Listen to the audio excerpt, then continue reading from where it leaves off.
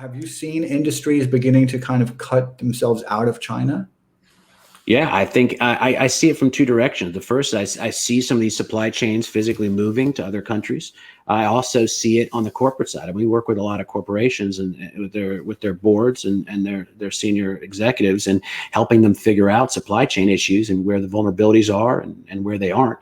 And so there is a different mindset to dealing with these issues now than there was a couple of years ago. So before Trump's trade war, everything was about earnings per share. Like, all you cared about is maximizing shareholder value in a very strict economic sense. You're getting the lowest prices. That was what your shareholders demanded. And you talked about contingency plans, but you didn't do them. And then you had geopolitical tensions, and you had a trade war, and then you had COVID. And now you have what's going to be unending geopolitical tensions between the United States and China. Now the discussion is very different inside boardrooms. They're talking about the fact that the expectation is no longer to get the lowest cost. It's to protect the supply chain from disaster.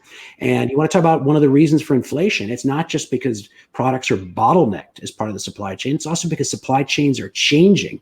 And there is a willingness by corporations to pay more in order to create a plan B or a plan C in terms of distribution or in terms of production, simply because that is now what is being demanded of these companies by their shareholders.